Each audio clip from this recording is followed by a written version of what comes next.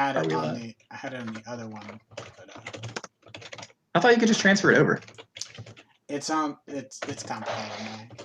It's complicated. Yes. Good old American complicated. Oh yeah. Why is it telling me it's not live? You gotta give it a second to go through the inner tubes. I don't need no inner tube seconds. You better. It's all the way live. I don't gotta respect no interwebs. Man, I really need to get ready to down or start writing this deck. I'm 16-bit funk.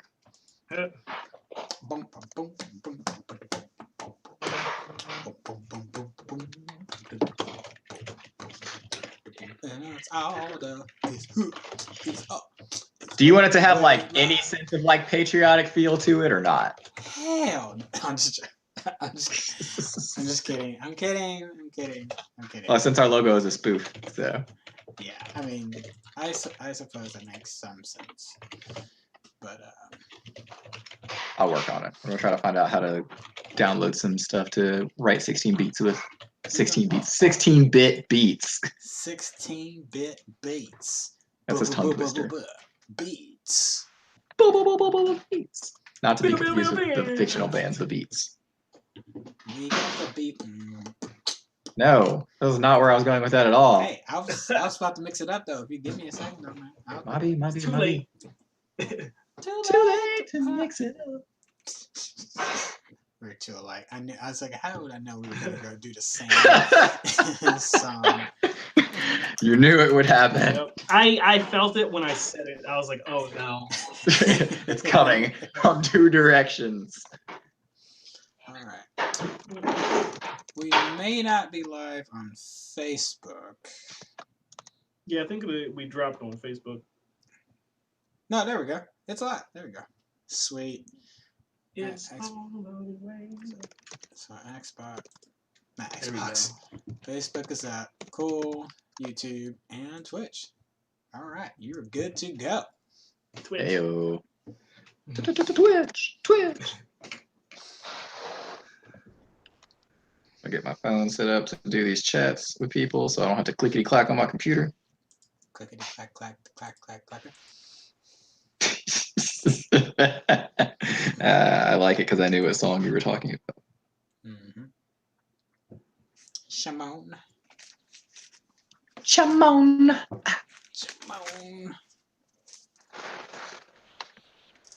Somebody in this chat that shows up sometimes is named Commander Root, and I love their name because it's a reference to Artemis Fowl, and that's amazing. Yo, that's nice. Word. I really wish they made the Artemis Fowl movie like 15 years ago when I gave a damn. Mm-hmm. Right? Yeah.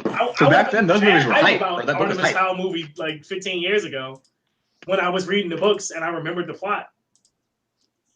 All I remember is in my mental representation of the characters. Butler is basically Colonel Armstrong, or from Full Metal, and like that's just how I view him in my head.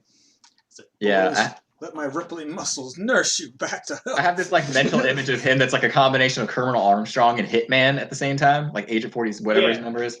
Like for me, it's like a fusion of like Colonel Armstrong and Brock Sampson. Yeah. Like, mashed together. But those books are so cool because it was like the whole like genius villain turned hero story before it was actually a thing in movies. Yeah, like it was really neat 15 years ago. Mm-hmm. When people still gave a damn. But, making it's like the Captain Underpants. It's like, it's a little too late. Yeah. All right. Yeah, got it. Whenever you want to go, Jerry. Cool. You do Yeah, Jerry's going to host tonight. All right, so we're over here chatting a little bit too much. Welcome, everyone, to State of the Nerd Union. It's what we do. We like to talk a lot. We like to talk about nerd stuff a lot. So tonight, we are here with Kenneth Ship. Wave to the camera. Hey, everybody. And we are here with Steve Fox. I like it. And I am Jerry Maynard. I am hosting our show tonight. Normally Kenny is, but we're going to give this a shot with me doing it for once and see if I don't crash and burn the whole thing. You're going to be fine. It's 2020, so we don't know what's gonna happen. Folks, I'm just trying to get into the producer seat here, so it'll take a show off my plate, and hopefully He's quite good at it, actually. Thank you. When I can actually get to a computer and do my job and not stuck in traffic. Continues. Yeah, you were stuck in traffic for like what, like 2 hours? A cumulative, yeah. Just because going on back roads, like it was raining a bunch, so and like the road coming had a bunch of one way, or not one way, but like one lane stuff. So it was just slow, and then add on some accidents, and it's like sprinkle on some accidents. Sprinkle some accidents. Sprinkle in a few accidents in there. Pinch of accidents, a little sprinkle of nutmeg. Yeah. But yeah, so we're live on Twitch, Facebook Live, YouTube. We got stuff on all of that. You can come hang out with us on those every Monday and Wednesday night right now, but we'll talk a little bit more about that later on at the end of the show. Tonight, we've got some news about Pokemon, Snoop Dogg, EA, Xbox, Static Shock, a game called Deep Rock Galactic, and Final Fantasy 16. We've got a variety of things going for you. But we're going to kick things off tonight, talk a little bit about one of the classic entries in gaming that many people know and love, or hate, depending on your experience with it.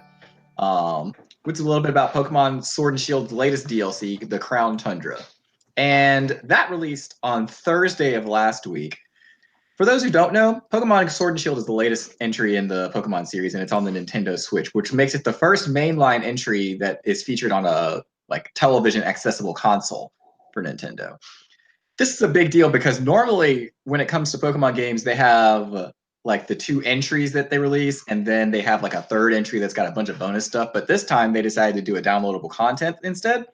And the way that they went about that was they had 2 separate entries into the downloadable content, but you bought them as one package for $20, which there's been some mixed reviews about that idea in the first place, but we finally got to see the full package last week. And I, for one, have really enjoyed it. I didn't really like the first one, which was called Isle of Armor, because it was very short.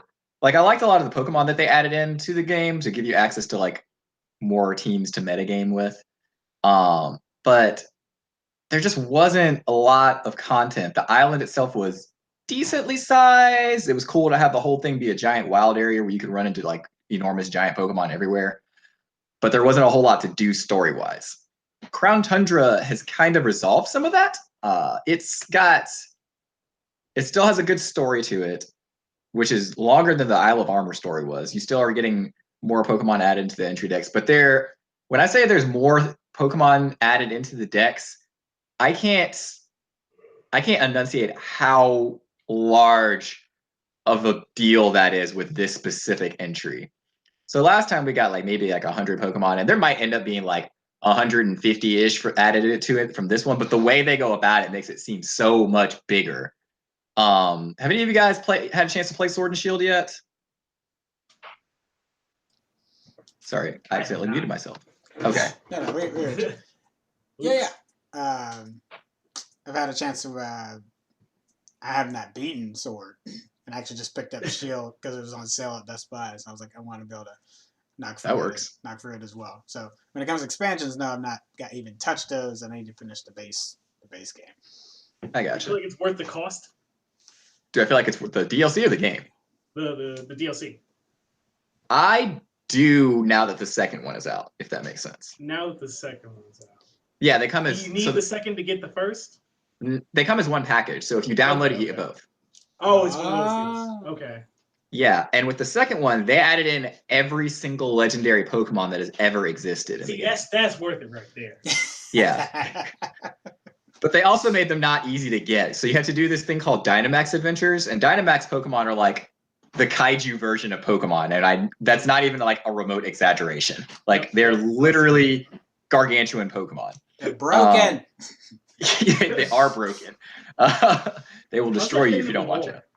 How does it fit into the lore? So, without giving too many spoiler details of the storyline, so basically this specific region has some kind of special thing going on in it that allows Pokemon to have this energy that gets infused into them. They explain why, and it actually does make logical sense for Pokemon lore. But there's a special thing going on in this region, and part of the mystery of the game is figuring out why can Pokemon in this region Dynamax, because nobody understands why, but they just can. The plot's just like, why Pokemon big?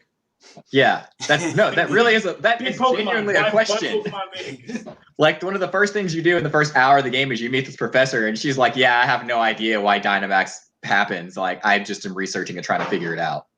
Mm-hmm. But right, cool. You go through a dungeon in the game, specifically of just Dynamax Pokemon. You fight like 4 of them, and you have like a team of rental Pokemon that you use, so everybody kind of starts in the same playing field. But because of that, you can't run in there with your overpowered Pokemon. At the end of these dungeons is a legendary Pokemon that is also a giant Pokemon. Ooh. Yeah. That sounds pretty cool. Yeah. I like the concept. Yeah, it's given a lot of variety to like catching legendaries in the game, and I'm really enjoying it so far. I've really only gotten through part of the story for it, and I've played it for about 10 hours of the DLC. Nice. As a gameplay mechanic, I like the nullification, or rather the leveling of the playing field. Yeah. In those kind of scenarios, because it's like, yeah. Like, anybody can just have strong Pokemon. You just play the game a long time, and you'll get Pokemon and get strong. But are you actually good at the game? Yeah. But yeah, hey Sandy. So I've really been enjoying that. And if you haven't had a chance to check out that DLC and you're willing to throw like $20 onto there for just a buttload of extra content and Pokemon, I'm gonna add in the caveat. It's not like the Pokemon are behind a paywall per se, but it is a lot harder to get them if you don't buy the DLC. You can jump in on raids for Pokemon if you don't have the DLC, but that's the only way you can get them.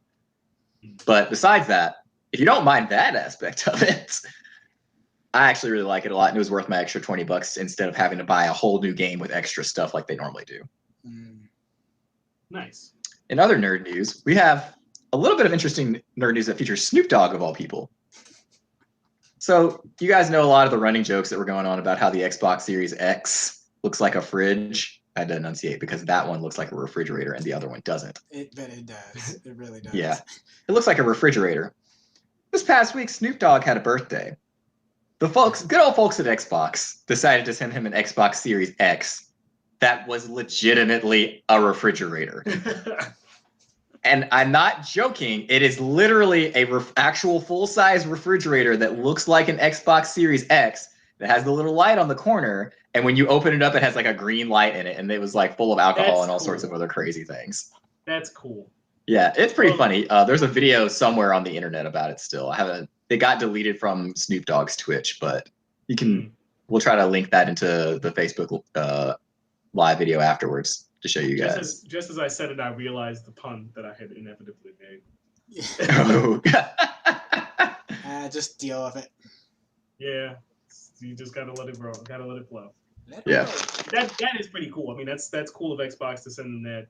I don't know enough about it to know why they sent it to Snoop Dogg, but you know, it's why cool not? News. Yeah, I guess. I mean, I guess it's like all these other celebrities that are getting early access to. Like, was it Travis Scott? I think. Yeah, Travis Scott got one. He had a PS5, and it was one of the first good shots we had of the controller in the wild. Also, so like on the PS5 subreddit, everyone's like, "Well, why did he get to have a PS5 early?" It was a perfect impression. Yeah, that's pretty accurate, actually. Everyone I've heard who talks about the PS5, it sounds exactly like that.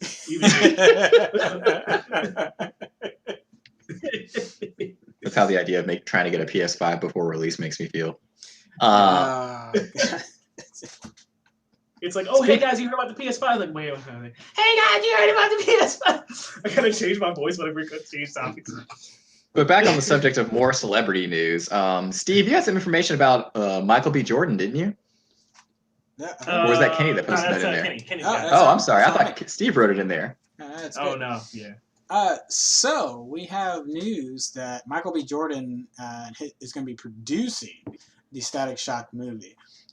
So now it's moved past just being an announcement for like, oh, there's some nebulous Static Shock movie, and no, Michael B. Jordan's like, I got this. I'm gonna make sure this happens. So I think when we first heard it drop, Michael B. Jordan Static, I was like, oh, is he gonna play?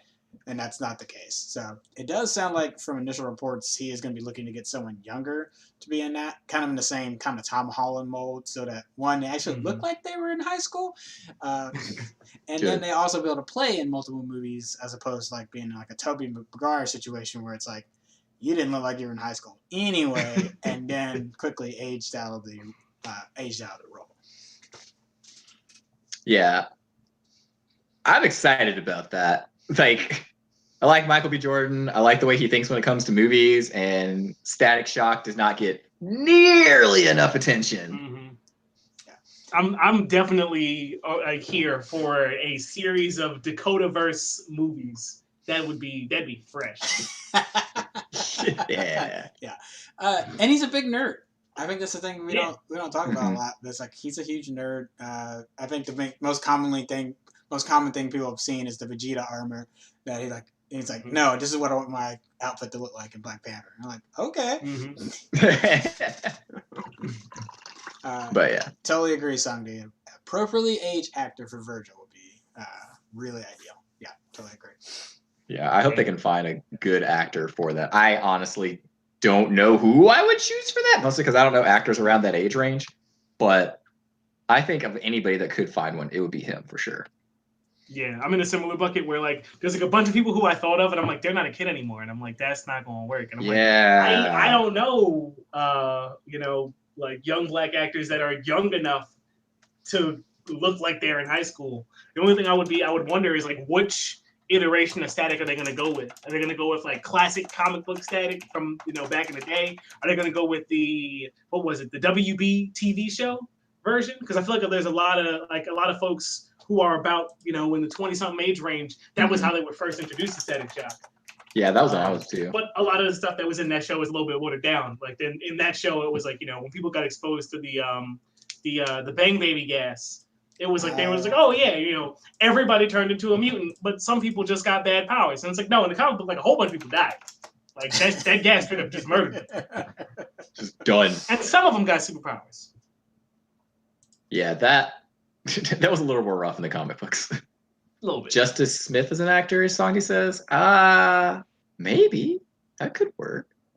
Justice Smith. I gotta look him up. So, hold on. So I had a few kids in mind. So, Justice Smith. Yeah, I could see him doing it. What about Shameik Moore? Shameik Moore voiced Spider-Man in the Into the Spider-Verse, and most recently it was like in movies like Dope. So he's still around. He's like born in '95, so his age is 25. So he's not that far off of it. I also thought about Marcus Scribner. He plays Junior on Blackish, so he's the oldest kid. I feel like he looks too old though. Okay. Yeah, I feel like Shameik Moore definitely looks too old. Like he's in the Hollywood range of high school, which looks more like an undercover police officer. Like, hey, what's up, fellow kids? Hello, how fellow about children. those illegal drugs? A little bit too old. Like for Hollywood, feasible. Yeah. But I prefer that they get somebody who's like actually like right around that age range, of like 18, 19, something. So I think I might have it. What about Caleb McLaughlin? He plays Lucas on Stranger Things. So he's just that now could work. He's just not hitting his growth spurt, right? So he's gonna be getting like about as tall as Virgil should be, and then we know he's still young. Yeah, so I think Justice Smith is a good option. The more I think about that, he could also work. I think the guy that plays Jack on Blackish actually could work too, though. Jack. Let me see. Because he's like just now starting to hit his growth spurt and such too. Oh, is he? Yeah. How old is he now? I don't know how old he is. Because in my mental image of him, I haven't seen Blackish in a minute, but in my mental image of him, he's a little baby. He's 15. Yeah. He's a little baby. So he might, I don't know. Yeah, but like, by the time they get the movie going, he'll be like 16, 17. Let me look how. That's true. I'm thinking like post-pandemic, he would be right in that range. Caleb's 19 now. Is he? So, yeah. He a little baby. What's happening? He's hitting that growth spurt now, though. But that's not how time works. That's not how time works. When did Stranger Things come out? I swear it was like 45 minutes ago. I mean, it's the last season's been a little bit. I know, but I don't know. What happened? When did I get old? There is no telling. Everybody got old in 2020. Yeah. So it seems like. Well, hold on. Did we figure out how old Justice Smith is? Oh no, we didn't. Look that up real quick. Oh yeah, that's my job. Yeah, producer Kenny. That's what my job. Sonny said we all got decades older this year. That is so true. Justice is 25. Okay. He looks young enough though. He has that young face. Yeah. Okay, so he'd be all right. And then hold on, let me for comparison. Since I was making a Spider-Man comparison, let me make. He's got to grow some hair though. Who? Justice? Nah. He's good. Yeah, man. You've seen him throw it up. Good. Just draw it on in post. Draw it on in post. That's how that works. I would say the only thing is that. Well, I guess it still works in my Tom Holland theory though. Tom Holland's 24 and already has 5 movies under his belt. So while he'd be starting a little bit behind, it's not too bad. So if Justice did it at 25. Oh, and it's already posted. The 2 actors from Moonlight. Ooh. That could work out. Let me research. I'm a bad human and I haven't seen Moonlight yet. Come on. I don't get many opportunities to watch grown folk movies. Grown folk movies? Yes. Like what? Like anything that's PG-13 and above, really, because I have 2 toddlers. Okay, that makes sense. Yeah. So I'm constantly in dad mode. I'm like, To Kill a Mockingbird? I think the last PG-13 movie I saw was Into the Spider-Verse. So Ashton Sanders is 25. He's one of the leads. And thank you, Sandy. So yeah, Ashton Sanders is 25. So that could also work. We're going to be if Justice Smith is the comparison. Ashton Sanders could work. And then, let's see, Alex Hibbert. What is going on outside? I don't know. I was wondering where that was coming from. I might have to. It's the beep of doom. That's not. Yeah, but there's a sizable number of actors to pick from. They have a decent pool of talent to pull from, and then you could always pull somebody who's not currently in the major public eye, which is always neat. Yeah. It's also cool now that we have a decent pool of young Black actors to pull from for stuff. That's good to see. Yeah, absolutely. And it's not just the same 2 people doing everything. What was the SNL sketch from a couple of years ago when Kenan Thompson was trying to get them to hire more Black actors, and it was he would play every Black person, and it was a big where it was oh yeah, they go to the White House and he's playing Barack Obama, and then Oprah Winfrey's there and he's and he goes off stage and has to change costume. He comes back and then it's oh yeah, somebody else is coming in. He's and he leaves and goes and changes costume again. Yeah, it's basically oh, we got a Black actor in the Marvel universe. Yeah, he plays Nick Fury and Miles Morales. Yeah. Oh man. All right. But moving we got coming up next. We got what is this? Final Fantasy? Oh god, Roman numerals. What is this? 14. Yeah. So our next point that we're planning on talking about before we got deeply distracted by Static Shock, because we're actually all really excited about that. Absolutely. For anybody that plays Final Fantasy 14, and by plays I mean you used to play, but you haven't played in a while, like me. So there's a free update. I don't know what I'm trying to say. There is a free time play period going on right now. Square Enix is giving players whose subscription has lapsed for more than a month 96 hours free to play until November 10th or 15th, I want to say. Basically, if you haven't played in over a month, but you have subscribed before, you can hop on right now and have the next 96 hours of your time just given to you for free. So you can jump back in and experience some of the new updates with the 5.3 Shadowbringers updates. I almost said Shadowlands because World of Warcraft is trying to steal some of their thunder. I kid you not. If you know anything about those storylines, World of Warcraft is straight up jacking storylines now. Sounds about right. Yeah, they're out of steam. But if you haven't played Final Fantasy 14, it's a good time to jump in anyways, because the free trial right now gives you the entire main game and the entire first expansion for no cost like whatsoever. You don't even have to put in a credit card information. Like you can just play free trial as long as you want without even buying the game, make as many classes as you want, and like fully level them up till I want to say level 70 right now, and gives you access to a good number of the jobs for the system right now. It's a fantastic deal, and it's like the second best Final Fantasy I've ever played, if I'm honest. It's very good. Whoa. Nice. Yeah. It's a solid testimonial. I'm telling you, and I love Final Fantasy games, but this one is so good, and I'm pleasantly surprised. Songdi said Shadowlands is the best update recently. Yes, because it's stealing from Final Fantasy 14.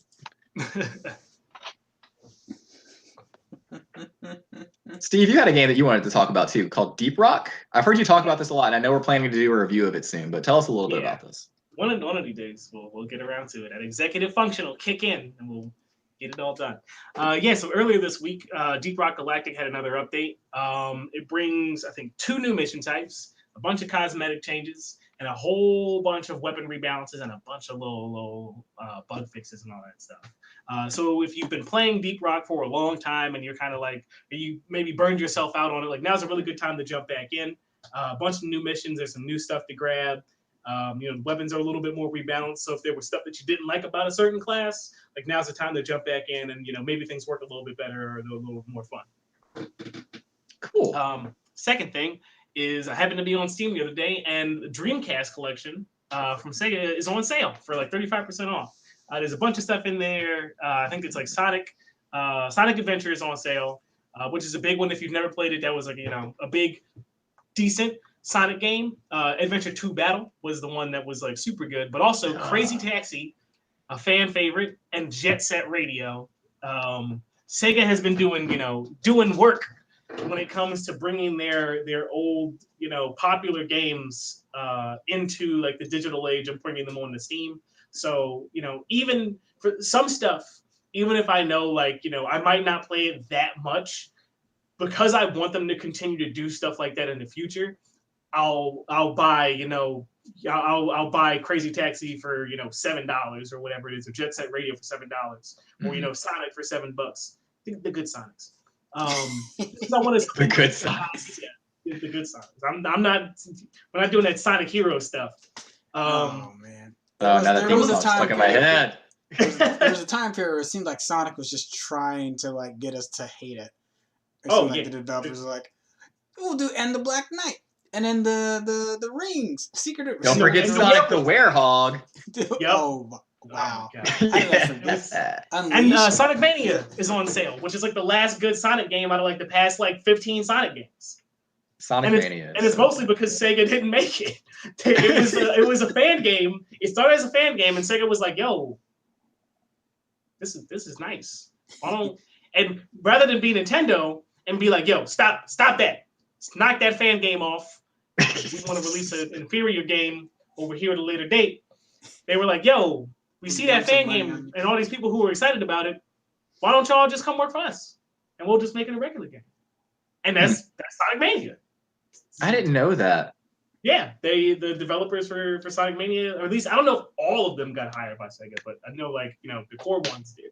That's cool. And that's why the game is fantastic, because it's a game made by fans who love Sonic. It's very good and also infuriatingly hard. Good job. But yeah, right. Sega makes such good games. Like, pro tip, like the Yakuza series is on sale on Steam right now. If you have not played the Yakuza series, like, it is just a staple game for you to understand how good Sega is at making video games. Like, the mini game, I never thought that I would care in a game about you being a Yakuza mobster where you roll around and beat the mess out of people with your bare hands. That I would get so invested in a mini game about RC cars. Like, Sega is just so good at making mini games so much fun. Like, if you haven't played any of the Yakuza games, Yakuza was the first one that I played. Apparently, it's the worst one of the trilogy, and it's a fantastic game. Like, pick it up. Wow. It can only get better than that. Yeah. Yeah, right. Really it was like I was remarking to my friends like, wow, this game is so much fun. Sega's so good at making games. They're like, oh yeah, you're playing Yakuza 1? And I'm like, yeah. And they're like, that's the worst one. And I'm like, that's a fantastic problem to have. Yeah. You say RC minigames. Like, hopefully it's better than the RC car in Grand Theft Auto San Andreas.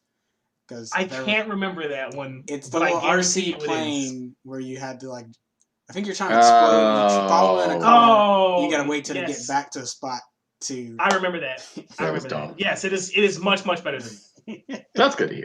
Like the base, to give a quick insight into that, it's like the base mechanic is like you have a little RC car and you can buy car parts. Also, your character like talks about like, oh yeah, I remember, like all these people remember you from being at the track, and you assume it's because your character was a little kid and they came there to race RC cars. No, you are a grown ass man racing RC cars, and these other people grew up and are full grown adults and remember you being there and beating them at RC car. That's fantastic. Oh man, it's a good time. It's a good game and it's a lot of fun. Oh, that's great. Yeah, I hadn't planned to jump full on into Sega until Phantasy Star Online 2 New Genesis comes out. Mm-hmm. Oh yeah, the update.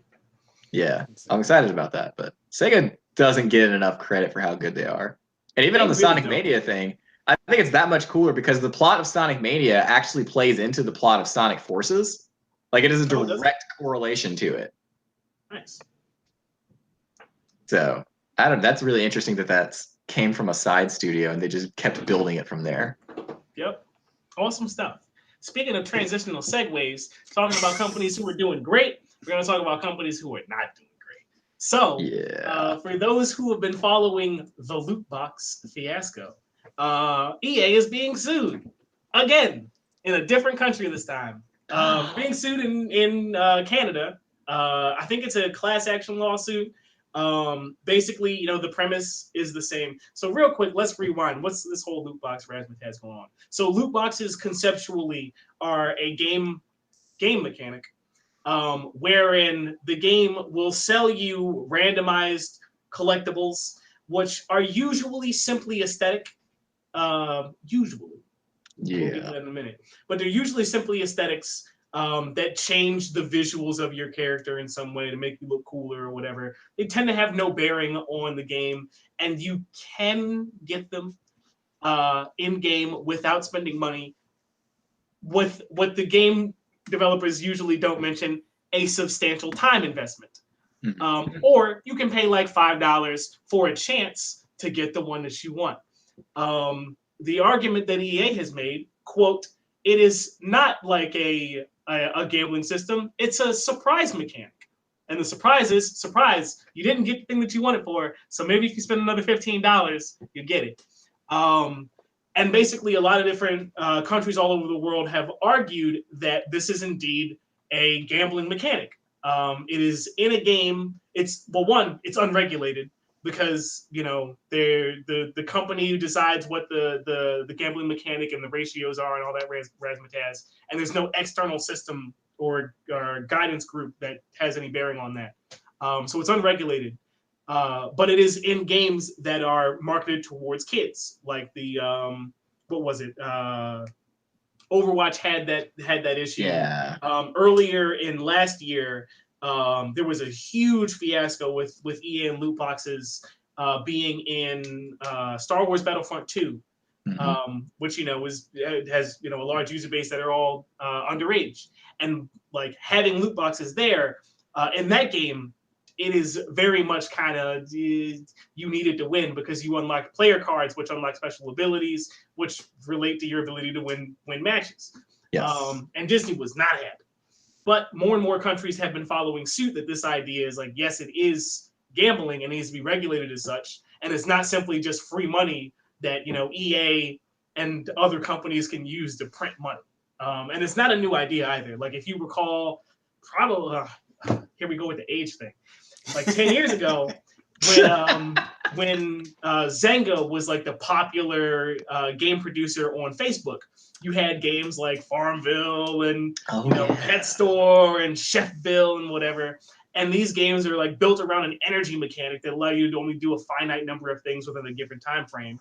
But there's always the option to spend money to get those in-game cosmetics of get the fancy grill or like the fancy food that you can grow on your virtual farm or whatever. And it's like mechanics like those and the way that the game is actually structured in those cases where the game is built in a way to hopefully get you addicted to it. And the longer you play, the greater probability that you have of spending money, and then the company makes money off of it. The loot boxes work in a very similar fashion, which is where, the rare items that are really, really cool, they hope that, I'll just spend $20, then you don't get it. And maybe like 3 weeks later, you're like, all right, I'm gonna try again. And you spend another $20. And then you spend another $20. And you spend another $20. And if they can keep you doing that and keep you playing longer and longer, they'll just keep getting more of your money. And eventually, you spend $200 on a game that was free. Mm-hmm. Yeah. But that's what's going down with that. Yeah. I'm really curious how that lawsuit's gonna go for them. If the lawyers are taking precedence from the way the other countries are going, it'll probably go in their favor because there's a very strong case that is non-regulated gambling.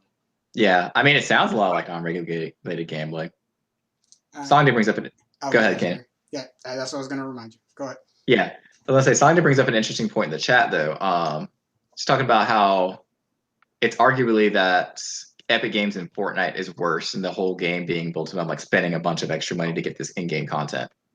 Mm-hmm. I think the only difference between the two is that with Fortnite, if I spend money in Fortnite, I know what I'm getting. Like I know exactly how much money I'm spending to get X product. It's the same thing with like League of Legends. There's a lot of cosmetic skins in that game that do actually add a few extra features. I've got one skin in that game that changes the soundtrack of the match that I'm using, but it was a gift. It was great. But it is things that are in the game that you can't access.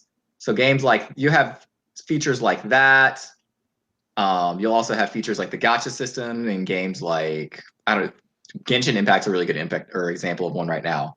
In Genshin Impact, you have the same kind of EA style loot box gacha systems that are gambling, in my opinion, of what I would say, because in that game, there's characters that you don't get access to that make the game substantially easier if you have access to those characters. And yes, you could get them if they're free, like with your free in-game content stuff, but the chances are so low that you're probably not going to do that. Like I've spent some in-game money, no actual money, but I spent in-game money on Genshin Impact, and I've gotten one of the really helpful meta characters in the midst of that out of like, I think I've done like 50 character pulls in the midst of it.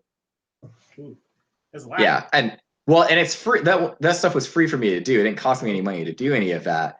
But out of those 50, I only got one of the really good ones once out of all of that. And so for things like that, if it's an unregulated system, that is genuinely a form of gambling at that point, because you don't know what you're going to get. You're trying to get something that's going to help you in the game that keeps you relevant and to be able to enjoy the game with or against other players. It's not okay.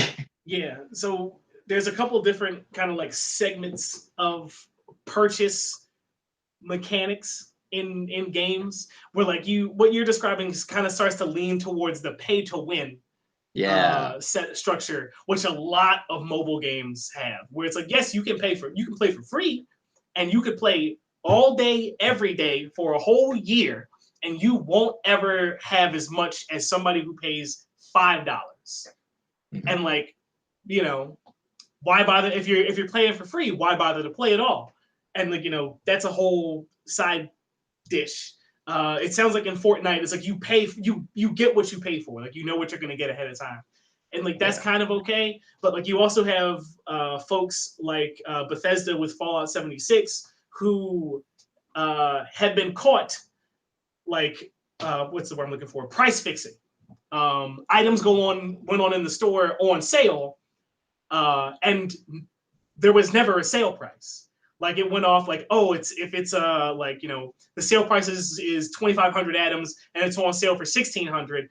The prices are structured such that you have to spend money in greater increments to buy anything, period.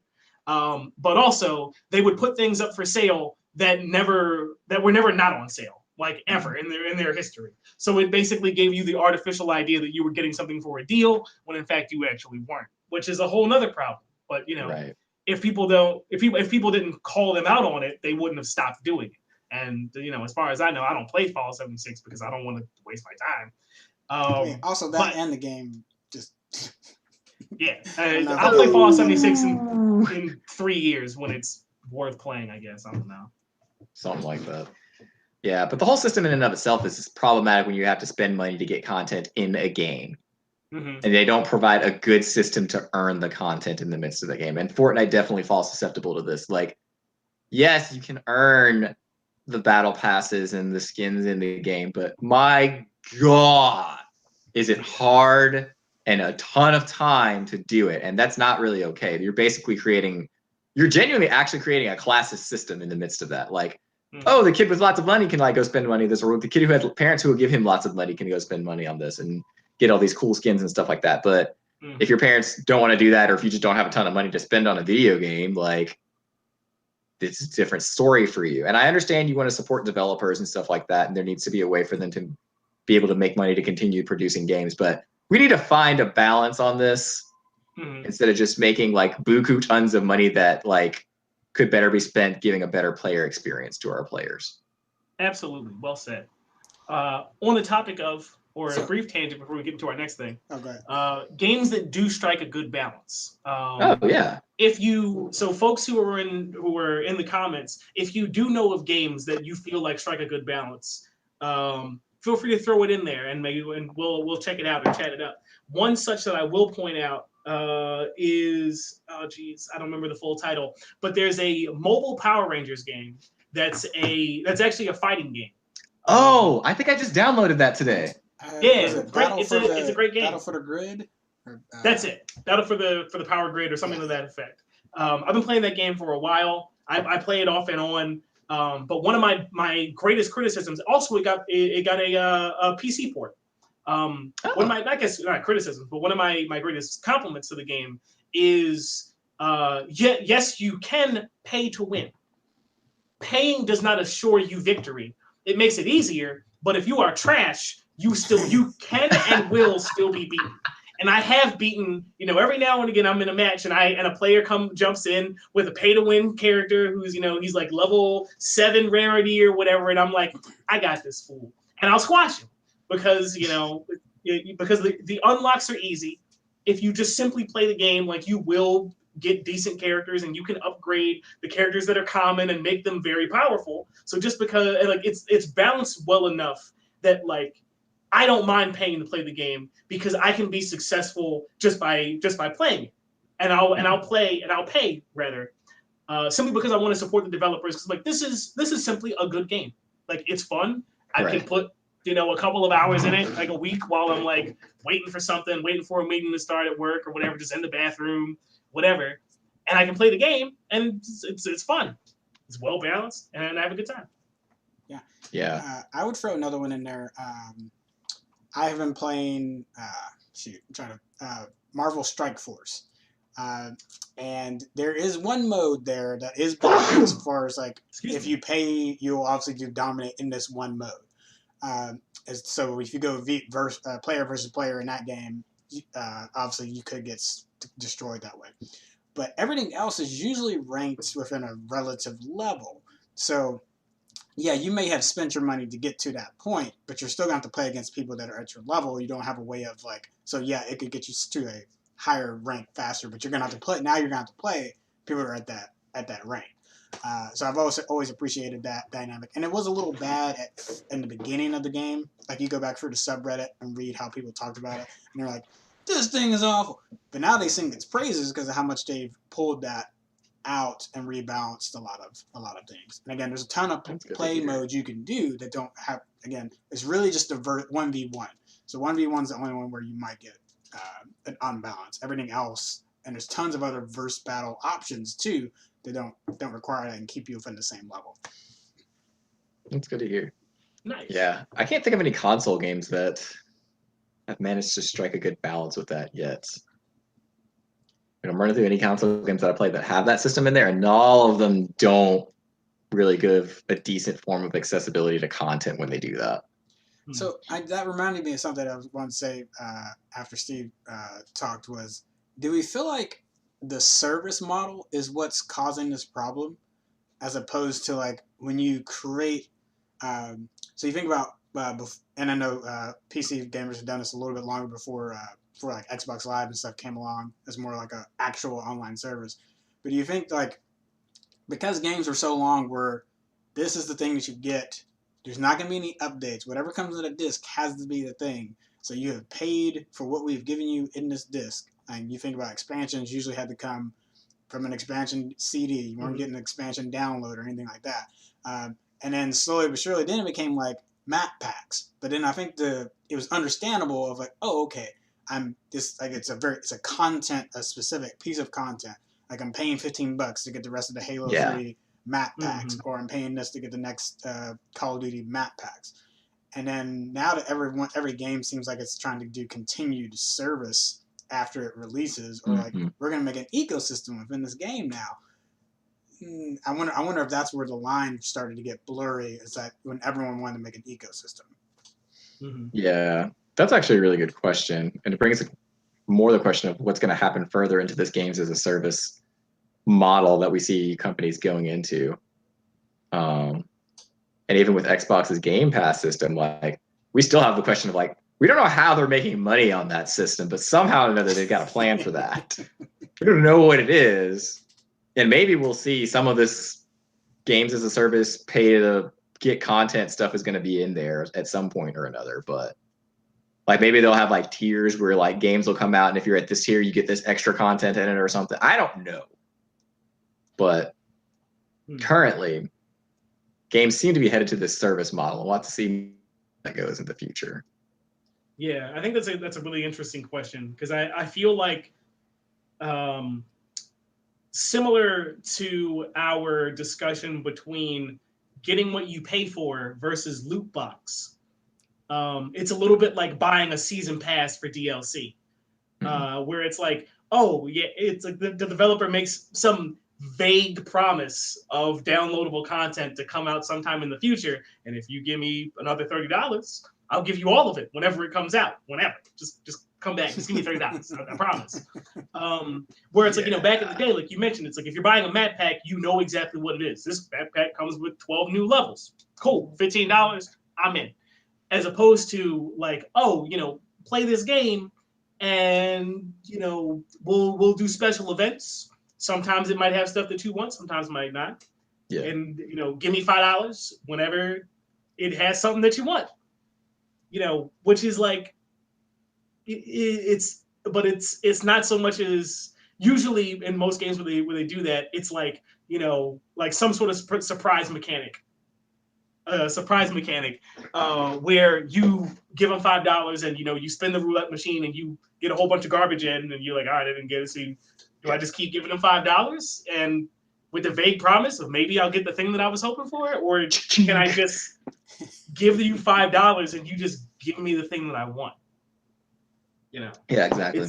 It's the practice. It's the motivation behind the practice of introducing a gambling mechanic into a game. Such thing is only done with the purpose of getting you addicted to the game. Like psychologically, the reason that the Facebook games are structured the way that they were was because they want to get you to come back to play the game as frequently as possible. If they can get you to come back to play that game for somewhere in the order of 21 days, like the probability that you'll play it for the next 6 months like goes up like exponentially. So having those mechanics of like, oh yeah, like spin the roulette wheel, maybe you'll get that cool Genji skin that you were hoping for. Well, probably not. Like, like it's the purpose of putting in that mechanic is strictly to get people addicted to playing your game so that they'll do it again. And like it's that kind of insinuation or that kind of like motive that I hate. And like, I don't want to support developers who do those kinds of things, but like, the Fortnite problem, I don't have so much of an issue with, because it's like you offer me a thing and I have the ability to just pay for it and get it. And that at least for me, I have more respect for it. Yeah. But moving on to I guess continuing more into the whole games as a service aspect, Xbox released a walkthrough video, and I say walkthrough with quotations around it because I'm not really sure how you do a walkthrough for a console. But it was basically a video that was highlighting a lot of aspects of the new console. And Kenny, are you gonna be able to pull up the video for that today or no? No, we won't be able to do that today. Okay, that's fine. We can just go over some of the topics for that. Oh, I accidentally muted everything. So the way that, yeah, I'm a dummy sometimes. So what they talked about a lot was some of the same things that we saw with the 5 video. We had the whole quick resume feature where you can jump from one game like straight into another one and pick up right where you left off. So like, say I'm playing like Halo 6 whenever that happens, I can jump straight into Gears 5 or literally any other thing that I have queued up in the system, apparently. They had 4 things queued up in the video when I was watching it at the time, and they were all decently like large games that they had queued up. So it's good to know that you can have like bigger structure games that you can have simultaneously going on in the background if you'd like to.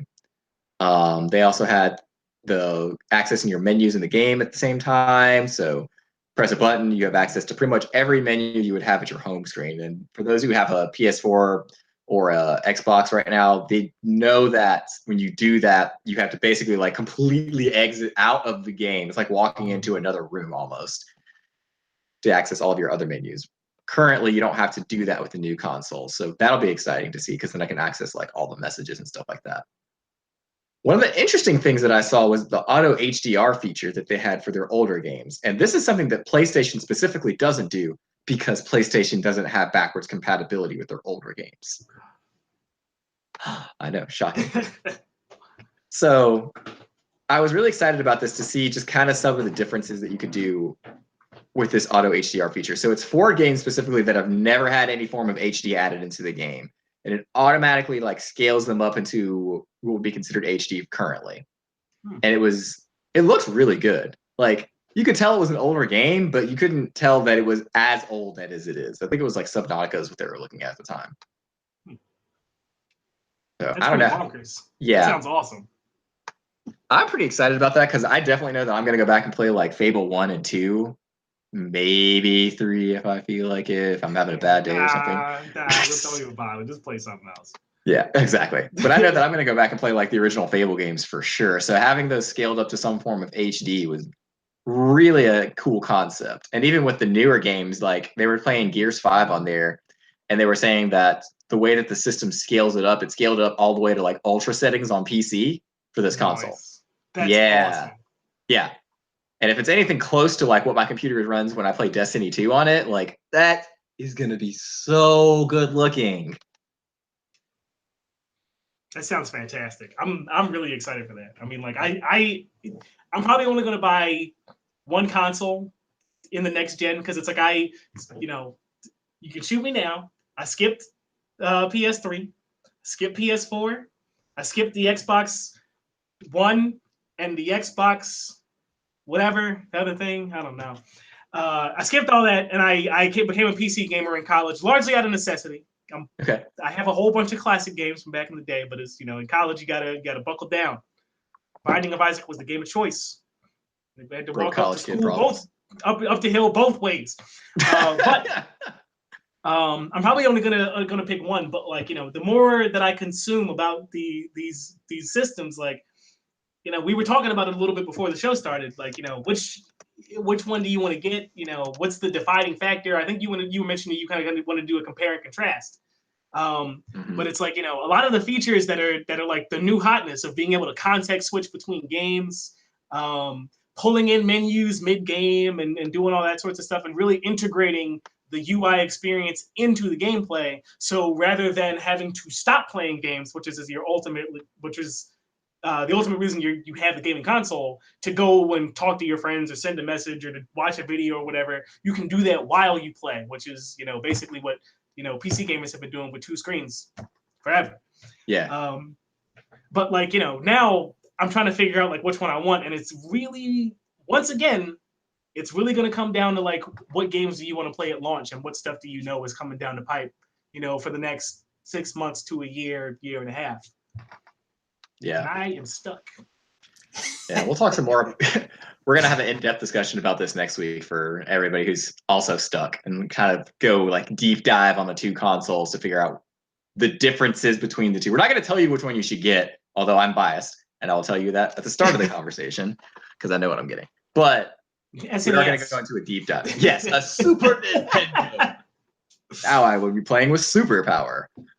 But some of the other features that they talked about with the Xbox specifically is that you have the easy sharing button. So you really on the I wish I had my controller in here right now, but there will be a button in the middle of the controller where you push the button, automatically saves a screenshot, hold down the button, automatically saves a video. The Nintendo Switch Pro controller kind of already does this, but it only does it for like 5 seconds of video. But if you have that, you know what I'm talking about as far as like clicking it versus holding it. And then you can. I did not know my controller did that. Yeah. I've never held the button. I only push it by accident and take a screenshot. Yeah, they released an update a little while after the console release where now if you hold the button down, it will save a short video for you. Oh, that's awesome. I never knew that. You see, you learn something new every day when you're an old person who forgets that when somebody says 1980, that it's 40 years ago and not 20 years ago, like I keep making the mistake of. I don't think that will ever not be weird. But yeah, so you can do that. You can also, how do I put this? So it'll save it to your Xbox Live profile, and then you take this little dandy device, which I will go into more in just a second. You can take your cell phone and access the Xbox app that they're going to come out with, and use that to share it to whatever social media feed you want to. So you'll have access to it right there from your phone, which sends me into our next subject about the new Xbox Live app. The Xbox app that they're coming out with is going to give you not only the ability to share from like any social media platform you want and have access to your like profile and stuff like that. It will literally allow you to have access to your console from your phone. Hey, that's cool. For those of you guys who are in the beta for the Xbox xCloud or whatever it's called, I can't. Words on the Xbox new system are hard for me. I mean, they just keep putting the word X in front of stuff and just pretend it's the thing. It's got Xbox xCloud. It's gotten out of control. Yeah, exactly. So I actually got to see this because my friend is in the beta for it, and he was at my house, which is about 20 minutes across town from his house. He turned his phone on, accessed the Xbox Cloud app, instantaneously went into a game that he was currently playing on, or he had been playing on his house at his house before he came to my house. Turned his Xbox stuff on, and if he had had an Xbox controller, he could have been playing the game at my house. Oh, that's I awesome. Kid you not. From like a wireless, and the new controller will wirelessly connect to your phone and allow you to do that. That's wild. That is some like straight up and down Nintendo Switch competition stuff right there. Right? Yep. Like it's like you can bail out of any social engagement at any time. And some of you guys might be saying, well, a phone screen is really small. You have to remember, this is an app, not a phone specific thing. And I don't know for a fact that this is going to be a thing, but if say you have like a tablet that accesses Android apps and such, you could access it on that, given the fact that it's already PC friendly to access the Xbox xCloud and all that stuff and whatnot. So I don't see why they wouldn't allow you to do this from a tablet that uses Android apps. I feel like you're helping me make up my mind. Can you tell where my bias is at? Yeah, I definitely see it. It's like, all right, I'm gonna do some digging. I gotta come up with some more reasons for PlayStation. Yeah, well, and there probably are some reasons. Songji brought up a good point in the chat talking about like if you're on PC already and you can access the console exclusives from Xbox, then like you don't really need an Xbox and you can just get a PS5. That's true. I am on a computer right now. So see? But given into that, Xbox Game Pass, at least if you don't get a console, man, we're having this conversation way too early. So Xbox Game Pass just continues to be an incredible service. For those of you who don't know, we're going to talk about this last on this. Xbox Game Pass is basically their monthly subscription for internet access to your console. And when I say internet access, I mean like accessing like the online servers they have to be able to play multiplayer and stuff like that. But instead of giving you just multiplayer, they actually give you access to a humongous library of games, including all of their first-party titles and the first-party titles when they release. and you can just straight up download them to your console or your PC. I think on the PC. I'm not entirely sure on the PC, but you can access them and just start playing it like as soon as they release. And you don't even have to have an Xbox to do that. Like you can just pay for the Xbox Game Pass for PC. You will not have as many titles because things like Fable aren't available on the PC in that form, although it's available on Steam. You can't get it from the Game Pass in that form, so the PC one is a little bit more limited as far as what titles you have access to currently, but you can still get the service and be able to play like a ton of stuff on there.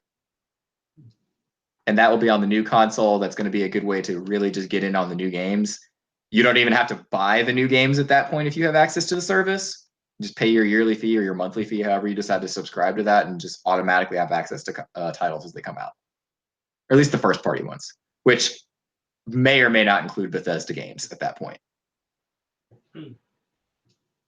That's pretty fresh. Like, I need a moment to like have the implications sink in. Just soak that in for a minute. There's always the problem that they'll throw a whole bunch of garbage stuff up there, because we remember we were around when the Wii came out. Remember what happened with the Wii is that, like, we had all these third-party games that clouded the marketplace. I don't think that they'll make that problem, or I don't think that they'll make that mistake. But that's the only way I could think that this could be bad. Well, even right now, Game Pass is already out as a thing, so you can already play things like Destiny or Halo, like the entire. When I say the entire Halo franchise, I literally mean the entire Halo franchise on there. You can play like Ori. You can play the Fable games on there. You can play a lot of games on this game service already. Nice. Yeah. I mean, look, it sounds like it's already popping. So my concerns have been quelled. Yeah. I mean, like, even the mild version of this, which is the Nintendo Switch Online, like, I can still hop on there and play Super Mario World and Donkey Kong Country 2 whenever I want to, which is great. So I at least am already sold on the Game Pass, and that's a great option that we continually are unsure of how they're making money on, and that's been the running joke with this. No, but really though, like, how we really don't know. Yeah, like, how does that work? Well, so here's my guess: is it's like, how do you get customers to come into your restaurants? Like, you give them a discount. It's like, oh yeah, like you bring in a flyer, you get a free joint of fries. It's easy. So it's like, you started out low. It's like, yo, it's $10.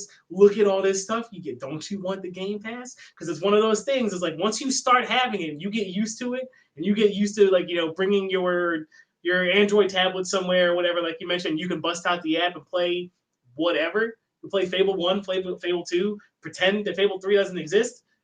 Like, once you get used to that experience, like, my guess is it'll be really hard to give it up. And you're probably not going to mind so much when they're like, yo, man, this is $15 a month. And it's like, $15, like, that's still a steal. And then, in a year or, in 6 months when it goes up and it's like, yo, this is $20 a month. Or they start making a tiered payment method. So it's like, you can stick with the $10 a month, but like, you're going to lose, you can't play Xbox 360 games anymore, but you can still play Xbox games though. Like they'll start to stagger it once they, like, you got to start low so you build the community of people who are using the tool. And then once you get them addicted, that's when you snatch the rug out from under them and you raise the price. This sounds like a drug deal when you say it like that. Yeah, that's what I was going for with the the hand rub and the rat-like voice. Okay, everything around me was just starting to feel really dirty and like uncomfortable, and I was like, ah! Great, that's exactly what I was going for. Okay, cool. Just making sure we're on the same page. You got to call out the business strats when you see them. But that's my guess. Because, I will say that's what I've been worried about as well, is that they're just trying to get us on the service. I mean, I shouldn't say anything because it would be much cheaper to do that instead of the collection I maintain. And gestures behind you. just gestures.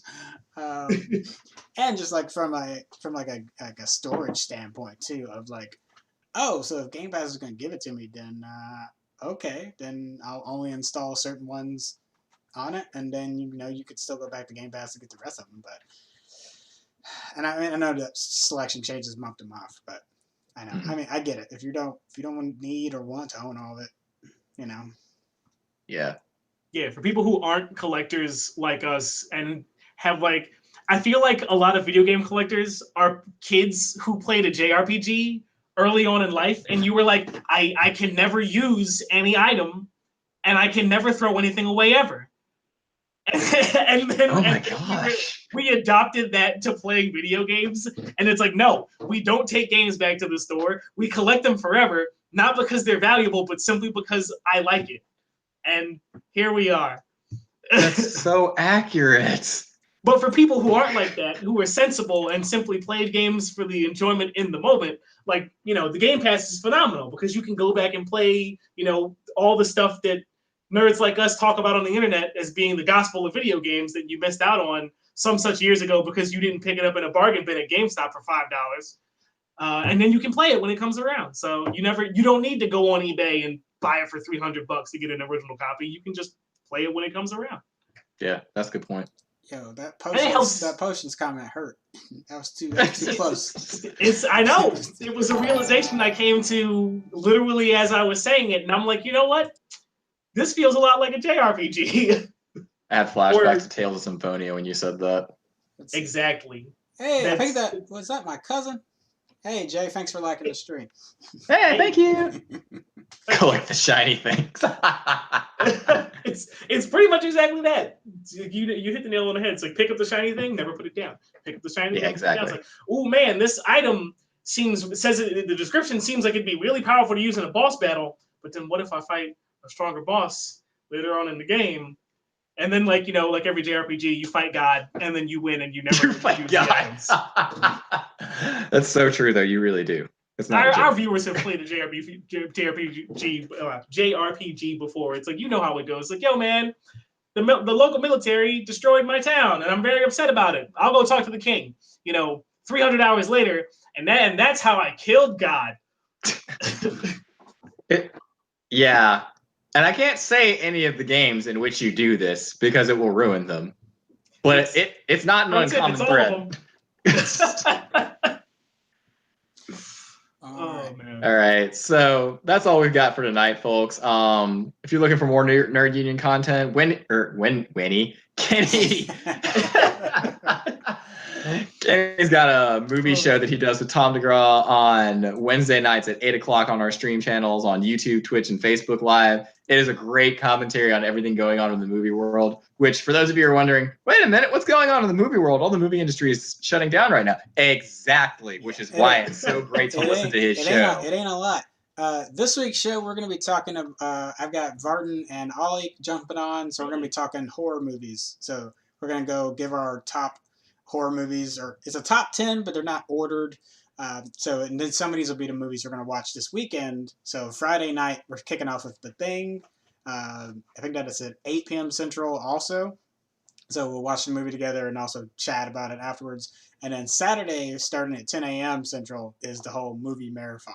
So like we're diving into a bunch of horror movies all day long.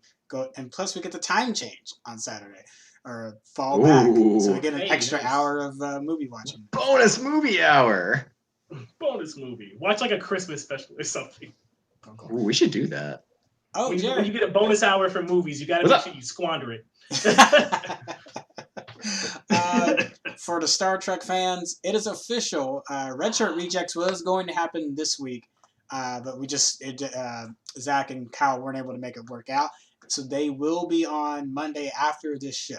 So when State of Nerd Union wraps, stay on, because they're going to come on and kick off live shows of Red Shirt Rejects.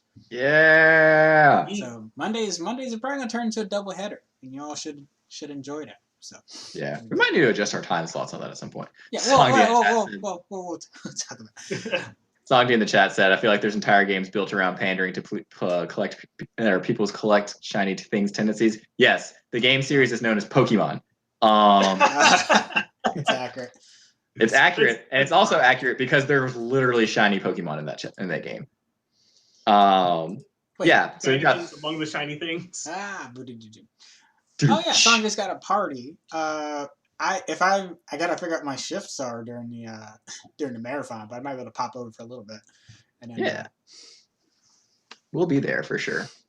But yeah, also not this coming Friday, but November the 6th, things are going to get pretty sus on our channel because we're going to have our first episode of Couch Co-op, and we're going to have some playthroughs of a few matches, and I say a few, probably a lot of matches of Among Us. Yeah. So you can come watch us play Among Us on the channel, maybe even jump in on a couple matches with us, help us murder people, whatever. We'll see how it goes. But somebody's going to die, and it's going to be great. Gosh. All right.